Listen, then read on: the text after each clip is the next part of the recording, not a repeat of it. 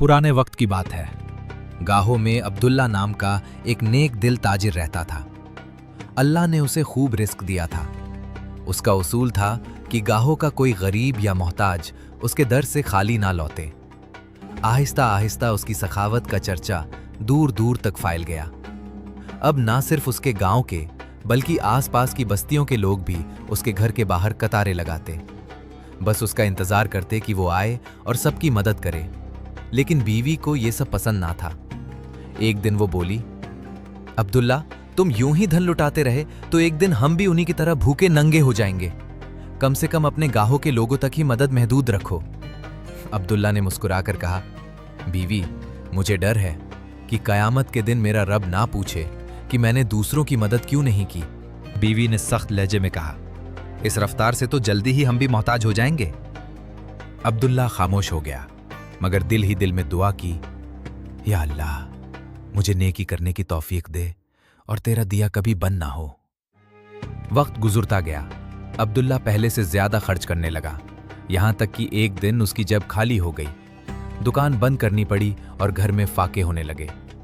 एक दिन उसने सोचा, शायद बीवी सही कह रही थी। अगर मैं इतना ना खर्च करता तो आज ये हाल ना होता। लेकिन फौरन खुद को रोका। नेकी पर कभी अफसोस नहीं करना चाहिए। अगर आज मेरे पास 1 रुपया भी होता तो मैं वो भी किसी गरीब को दे देता। गुर्बत आ गई, मगर अब्दुल्ला ने हिम्मत न हारी। उसने बकरियां चराने का काम शुरू कर दिया। बीवी दिन रात ताने देती, देख लिया, हम भी उन्हीं फकीरों जैसे हो गए जिन पर तुम तरस खाते थे। अब्दुल्ला मुस्कुरा कर कहता, बीवी, हमारे पास सेहत तो है, ये पैसों से ज्यादा कीमती है। बीवी तंजिया हंस पड़ी, मुझे पैसों से गरज है, जाके कुछ कमा कर लाऊं, वरना मैं ये घर छोड़ दूंगी। अब्दुल्ला ने बुरा ना माना। जानता था कि वो शौहराम की आदी है। खुद उससे बचपन में खौफका देखना पड़ा था, इसलिए वो हमेशा दूसरों का दर्द समझता था। एक दिन बकरियां चरा रहा था कि अचानक जंगल में आग लग गई। उसने दूर से एक छोटी सी सांपनी को आग में फांस से देखा। दिल में रहम आया। जान पर खेलकर आग में कूड़ा और उसे निकाल लाया। हैरत की बात यह कि सांपनी ने इंसानों की तरह बात की, मैं कोई आम सांप नहीं, जिन्नात के बादशाह की बेटी हूं। तुमने मेरी जान बचाई है, इसका बदला जरूर दूंगी। यह कहकर वो अब्दुल्ला को अपने बाप के महल ले गई। बादशाह जिन्नात ने कहा, हम तुम्हें माल नहीं दे सकते क्योंकि ये हमारे पास नहीं, मगर तुम्हें एक नायाब इल्म देते हैं। आज से तुम जानवरों की जुबान समझ सकोगे, लेकिन शर्त यह है कि तुम ये राज किसी को ना बताना, वरना तुम्हारी मौत यकीनी है।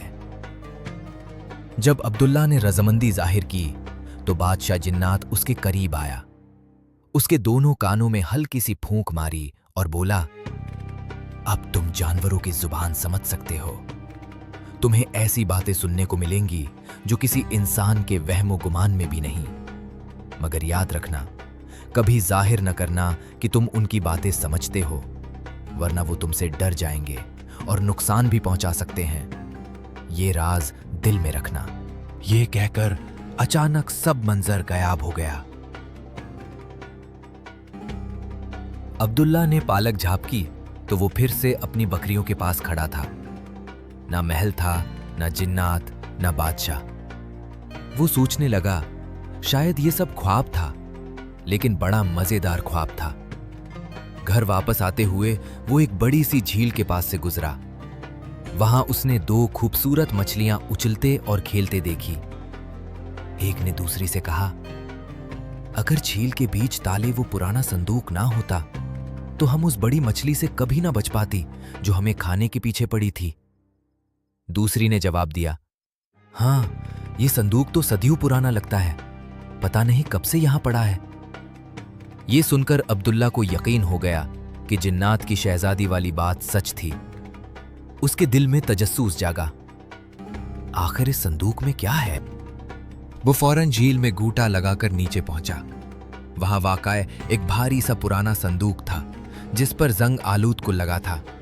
बड़ी मुश्किल से उसे खींचकर किनारे तक लाया। फिर सोचा, अब इस कुंभ को चाबी की जरूरत नहीं, एक बड़ा पत्थर उठाकर जोर से मारा। कुंभ टूट गया। जब ढक्कन खोला तो आंखें फटी की फटी रह गई। अंदर लाल जवाहरात और हीरे चमक रहे थे। अब्दुल्ला ने इतना ही निकाला जितनी जरूरत थी और बाकी संदूक को करीब ही खुदकर जमीन में दफना दिया। घर पहुंचकर बीवी से कहा, बीवी, आज मुझे एक खजाना मिला है। इसमें से इतना लाया हूं जो हमारे लिए काफी है। बीवी फौरन बोली, यह खजाना कहां से मिला? अब्दुल्ला को बादशाह जिन्नात की हिदायत याद आ गई, इसलिए खामोश हो गया। बीवी ने कंधे अचकाते हुए कहा, छोड़ो ये बात, बस उम्मीद है कि इस बार अकल से काम लोगे और माल संभाल कर रखोगे। अब्दुल्ला ने नरमी से जवाब दिया, मैंने हमेशा गरीबों का हक दिया और अल्लाह ने मुझे इसका कई गुना लौटा दिया। क्या तुम्हें नहीं लगता कि आसमान पर एक आदिल रब है? बीवी ने कहा, यकीनन है, मगर मुझे लगता है कि यह सिर्फ तुम्हारी किस्मत थी। इस बार मैं घर के बाहर किसी फकीर को खड़ा नहीं देखना चाहती। किस्मत बार बार नहीं आती और मैं तुम्हारे खर्च का हिसाब रखूंगी। अब्दुल्ला को बीवी की नाशुक्री पर दुख हुआ। दिल ही दिल में कहा, अल्लाह मेरे सब्र और ईमान का इम्तिहान ले रहा है। उसने फैसला किया कि अब गरीबों को अपने घर बुलाने के बजाय उनके लिए एक पनाहगाह बनाएगा, जहां वो खाना खा सके और जरूरत का सामान ले सके। अगली सुबह बीवी को कुछ बताए बगैर वो फिर झील पर गया। सारा खजाना निकाला। गांव में एक बड़ी सी जमीन खरीदी। उस पर गरीबों के लिए पक्का सराय और बावर्ची खाना बनाया। उसने नेक और दिनदर लोगों को वहां का जिम्मेदार मुकर्रर किया। अब न सिर्फ गरीब आकर अपना पेट भरते, बल्कि बहुत से लोग वहां काम भी करने लगे। सराय के आसपास खेत आबाद हुए, मजदूर रोजगार पाने लगे और कई खानदान खुशहाल हो गए। एक दिन अब्दुल्ला अपनी बीवी के साथ बीवी के मायके जा रहा था। वो दोनों एक चकड़ा गाड़ी में बैठे थे जिसे दो खच्चर खींच रहे थे। रास्ते में अब्दुल्ला ने सुना कि एक खच्चर दूसरे से कह रहा था, जरा आहिस्ता चल, इतनी तेजी ना कर। दूसरे खच्चर ने पूछा, क्यों भाई, जल्दी चलेंगे तो जल्दी घर पहुंचेंगे, आराम भी मिलेगा और मालिक ने जो ताजा गीला जोग खरीदा है वो भी खा लेंगे। पहला खच्चर बोला, भाई, भूख ने तुम्हारी अकल मार दी है। क्या तुम्हें नहीं मालूम कि गाड़ी में बीवी के पेट में बच्चा है? अगर हम तेज चले तो झटके से गाड़ी हिलेगी और शायद बच्चा जाया हो जाए। हमारा मालिक इस लायक नहीं कि हम उसके साथ ज्यादती करें। उसने कभी हमारा हक नहीं मारा। अब्दुल्ला ये बात सुनकर खुश हो गया, क्योंकि उसे पहली बार पता चला कि वो बाप बनने वाला है। वो बीवी के करीब झुका और धीरे से कहा, मुबारक हो बीवी, तुम्हारे पेट में हमारा बच्चा है। बीवी हैरान रह गई, तुम्हें कैसे पता चला? मैंने तो किसी को नहीं बताया और मुझे भी कुछ दिन पहले ही इल्म हुआ है। अब्दुल्ला ने हंसते हुए कहा, बस महसूस हो गया था। बीवी ने दिल ही दिल में सोचा, ये आदमी मुझसे कोई राज छुपा रहा है।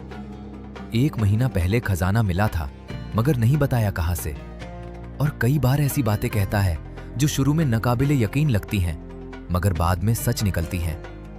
अब से मैं उसे गौर से देखूंगी।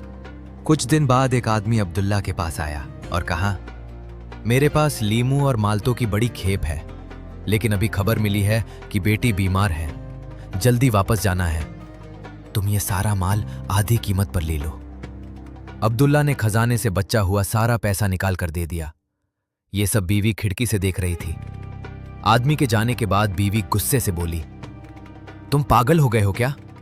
इतने लीमू और माल्टे कौन खरीदेगा? सड़ गए तो फिर हम वहीं के वहीं पुराने हाल में आ जाएंगे। अब्दुल्ला ने इत्मीनान से कहा, रिज्क अल्लाह के हाथ में है। बाद में वो अकेला बैठा सोचने लगा, शायद बीवी की बात दुरुस्त हो, मगर मैंने उस आदमी की मजबूरी देखकर ही यह सौदा किया। इसी दौरान 2 चिड़ियां खिड़की पर आकर बैठ गईं। एक ने दूसरी से कहा, कल हमें यह जगह छोड़नी होगी, मौसम बहुत सर्द होने वाला है। दिल में कहा, अभी ये लीमू और माल्टे नहीं बेचूंगा, बस मौसम देखता हूं क्या होता है। बीवी हंसती और ताने देती, चलो पागल, बेच दो ये माल, शायद थोड़ा नुकसान पूरा हो जाए। अब्दुल्ला मुस्कुराकर कहता, बीवी, बेहतर है तुम ठंडी की तैयारी करो। कुछ दिन बाद वाकई सर्दी मामूल से पहले और सख्त आ गई। नज़ला, खांसी और बुखार फैल गया। हकीमों और डॉक्टरों ने लोगों को लीमू और माल्टे खाने का मशवरा दिया। उनका दाम आसमान को छूने लगा और बाजार से गायब हो गया। ताजिरों को खबर मिली कि अब्दुल्ला के पास एक बड़ी खैप मौजूद है, तो सब सोने और चांदी के संदूक लेकर उसके दरवाजे पर आ गए। अब्दुल्ला ने बीवी से कहा, सुभान अल्लाह, कल तक यहां गरीबों की कतार थी, आज अमीरों का हुजूम है। उसने बारी बारी सबको माल बेचा। शाम तक घर सोने और चांदी से भर गया। बीवी खुश तो थी, मगर फिर भी उसके दिल में एक वसवसा था। कुछ दिन बाद उसे पता चला कि अब्दुल्ला ने यतीमों और गरीबों के लिए सराय बनवाई है। वो डर गई कि लीमू और माल्टे का मुनाफा भी फुकरा पर ना लगा दे। वो फौरा उसके पास गई और तेज लहज में बोली, क्या तुम्हें इन गरीबों के चक्कर में पड़कर पिछली बार का अंजाम याद नहीं? अब्दुल्ला ने सुकून से कहा, क्या तुम्हें लगता है हमारे पास इतना सोना और चांदी होते हुए भी हम गरीबों के मुंह का निवाला छीन लें? बीवी ने कहा, अल्लाह उन्हें भी रिस्क दे और अता करे जैसा उसने तुम्हें रिस्क और अता दिया। फिर उसने तेजी से कहा, मैं जानती हूं कि तुम्हारे पीछे कोई राज छुपा हुआ है, और अगर तुमने मुझे सच न बताया तो मैं सब लोगों में मशहूर कर दूंगी कि तुम जादूगर हो और यही तुम्हारी दौलत का राज है। यह सुनकर अब्दुल्ला घबरा गया। उसने दिल में कहा, मैं उसे अपना राज बता दूंगा, क्योंकि मर जाना 1000 गुना बेहतर है उस इल्जाम से जो मेरी जिंदगी भर मेरे साथ चिपक जाए। लोग तो जो सुने यकीन कर लेते हैं। फिर खुद ही सोचने लगा, अगर मैंने अपनी बीवी को राज बता दिया तो मैं मर जाऊंगा, जैसा कि जन्नत के बादशाह ने कहा था, और फिर गरीबों और कमजोरों की देखभाल कौन करेगा? काफी सोच विचार के बाद उसने फैसला किया कि बीवी को अपना राज बताने के बदले वो अपना घर, जायदाद और सोना चांदी सब उसके नाम कर देगा। वो अपनी बीवी के साथ काजी के पास गया और सब कुछ उसके नाम कर दिया। अलबट्टा वो जमीन जिस पर उसने गरीबों का मेला पनागा बनाया था, वो वाफ रखने दी ताकि खैर का काम जारी रहे। फिर उसने बीवी से कहा, बाराए मेहरबानी, आज के बाद मेरे करीब ना आना। अगर तुमने ऐसा किया तो मैं तुम पर तलाक का हक इस्तेमाल कर लूंगा। अब हम दोनों अपनी अपनी मर्जी की जिंदगी गुजार सकते हैं, क्योंकि हम दोनों में कोई चीज मुश्तरिक नहीं। अब्दुल्ला गरीबों और यतीमों के मेला में रहने लगा और कहने लगा, मारने के बाद मेरे लिए सिर्फ नेक अमल और गरीबों की दुआएं ही फायदेमंद होंगी। दूसरी तरफ बीवी ने इरादा किया कि घर को गिरवा कर बादशाहों जैसा महल बनाएगी और बड़े ताजीरों के साथ कारोबारी सौदे करेगी ताकि मजीद अमीर हो जाए। उसने सोचा, मैंने कभी शौहर की वो जिंदगी पसंद नहीं की जिसमें वो मुझे महरूम रखकर दूसरों को देता था। कुछ ही अरसे में उसने महल तामीर कर लिया, सोना चांदी जमा कर ली और मूसीकी के आलात से भर दिया। लेकिन उसके महल में कदम रखने से पहले ही जमीन लरज उठी और महल समेत सब कुछ जमीन में धन गया। उसके पास कुछ ना बचा और अल्लाह ने उसे उन्हीं गरीबों में शामिल कर दिया जिन पर वो शौहर को तरस खाने से रोकती थी। इस दौरान वो अपने बच्चे की पैदाइश के करीब थी। वो टूटे महल के सामने बैठी रोटी और नोहा करती, ये सोचे बगैर कि कहाँ जाए, क्योंकि सब कुछ लूट चुका था। लोग गुजारते तो कोई परवाह न करता, मगर गरीब आकर उसके लिए खाना और पैसे रख जाते। 3 दिन तक ये हाल रहा। फिर भूख ने निढाल कर दिया और उसने राहगीरों से एक सूखी रोटी के लिए हाथ फैलाया। एक दिन अब्दुल्ला वहां से गुजरा और देखा कि उसका घर जमीन में धंस चुका है और बीवी एक बदहाल और बदबूदर भिखारिन बन चुकी है। वो उसे उठाकर एक छोटी से मकान में ले आया जो उसने मेला के पास बनाया था। उसने 1 महीने तक उसकी देखभाल की, यहां तक कि वो फिर से तंदुरुस्त हो गई। कुछ ही दिनों बाद उसने एक खूबसूरत बच्चा जन्म दिया। अब्दुल्ला ने देखा कि अब वो ना शिकायत करती है, ना किसी चीज पर बेजारी दिखती है। हालांकि जिंदगी निहायत सादा थी। वो दूसरे मजदूरों के साथ मेला के पास वाली जमीन पर काम करता। एक दिन बीवी उसके पास खड़ी होकर बोली, अगर तुम चाहो तो मैं तुम्हारे साथ काम करूंगी। अब्दुल्ला ने हैरात से कहा, मगर ये तो गरीबों का काम है। वो मुस्कुराकर बोली, तो क्या हुआ अगर ये गरीबों का काम है? अल्लाह ने चाहा तो उनका रिस्क दुनिया में कम रखा, मगर वो फिर भी हर हाल में शुक्र अदा करते हैं। फिर उसने नरमी से कहा, मुझे माफ कर दो, मैंने तुम्हारा माल जाया किया और तुम्हारे साथ नाइंसाफी की। अब्दुल्ला मुस्कुराकर बोला, तुम ही मेरा असल माल हो और मेरा बेटा मेरी जान है। ये छोटा सा घर हमारे लिए काफ़ी है। हम इसी के साथ वाली ज़मीन पर काम करेंगे और सबसे खुशहाल लोग बनेंगे। सेहत की दौलत है और वही सबसे बड़ी नेमत है। यहाँ आज की कहानी खत्म होती है। अल्लाह आपको अपनी अमान में रखे। दोस्तों, अब्दुल्ला की कहानी हमें सिखाती है कि सच्ची सखावत कभी ज़या नहीं होती। अल्लाह के देने पर भरोसा रखो, रिज़्क वही देता है। अगर कहानी अच्छी लगी हो तो लाइक करो, शेयर करो और चैनल सब्सक्राइब करना मत भूलना। ऐसी ही दिलचस्प कहानियां सुनने के लिए बेल आइकन दबाओ। मिलते हैं अगली वीडियो में। अल्लाह हाफिज।